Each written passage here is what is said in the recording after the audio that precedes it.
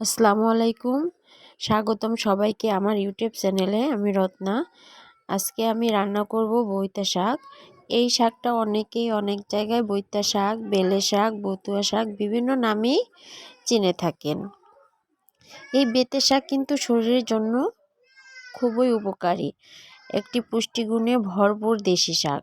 নিয়মিত খেলে শরীরের নানা উপকার হয়, যেমন রক্ত স্বল্পতা, রোগ প্রতিরোধ ক্ষমতা বাড়ায়, হজম শক্তিশালী করে, ত্বক ও চুল ভালো রাখে, ডায়াবেটিস নিয়ন্ত্রণে সহায়ক, ধাতু হাড় মজবুত করে।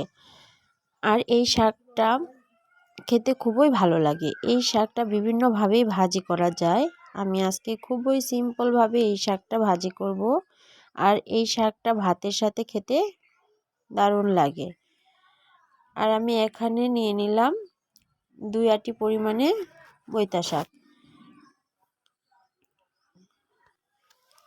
এখানে আমি শাকগুলো ভালো করে বেছে নিব। এখানে শাকগুলো আমি ভালো করে বেছে নিয়েছি, নিচের গুঁড়াগুলো ফেলে দিয়েছি এবং উপরের নরম ডাটা অংশ সহ পাতাগুলো নিয়ে নিয়েছি।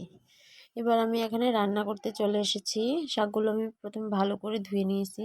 এখানে কড়াইতে দিয়ে দিলাম সামান্য পরিমাণে তেল। এবার তেলের মধ্যে দিয়ে দিব কাঁচা ঝাল, দিয়ে দিব পেঁয়াজ,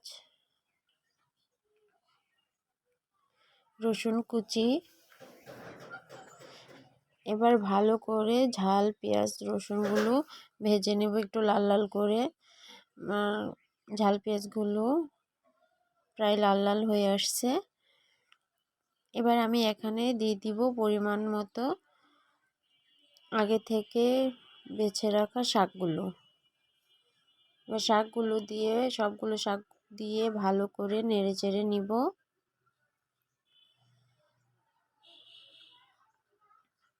ঝাল পেঁয়াজগুলো শাকগুলোর সাথে ভালো করে মিশিয়ে নিব নেড়ে চেড়ে।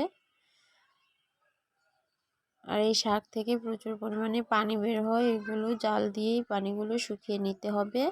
এখানে দিয়ে দেব সামান্য পরিমাণে লবণ দিয়ে ভালো করে নেড়ে চেড়ে নিব। এবার নেড়ে চেড়ে এখানে আমি ঢাকনা দিয়ে ঢেকে দিব। শাকগুলো প্রায় হয়ে আসছে।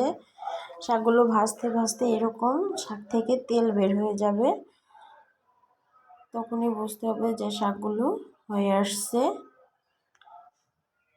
আর আমার এই ভিডিওটি যদি আপনাদের ভালো লেগে থাকে তাহলে অবশ্যই লাইক, কমেন্টস, শেয়ার করতে ভুলবেন না। আর আমার যদি রান্নার ভিডিওটি ভালো লেগে থাকে তাহলে অবশ্যই সাবস্ক্রাইব করে পাশে থাকবেন, তাহলে অন্য কোনো ভিডিও করতে উৎসাহ বেড়ে যায়। দেখেন আমার শাকটা হয়ে আসছে। এবার আমি শাকটা নামিয়ে নেব। দারুণ স্বাদের বইতে শাক ভাজি রেডি। এই শাকটা খেতে খুবই ভালো লাগে গরম ভাতের সাথে। আজ এই পর্যন্তই। আবার দেখা হবে নতুন কোনো আরেকটি ভিডিও নিয়ে। আল্লাহ হাফেজ।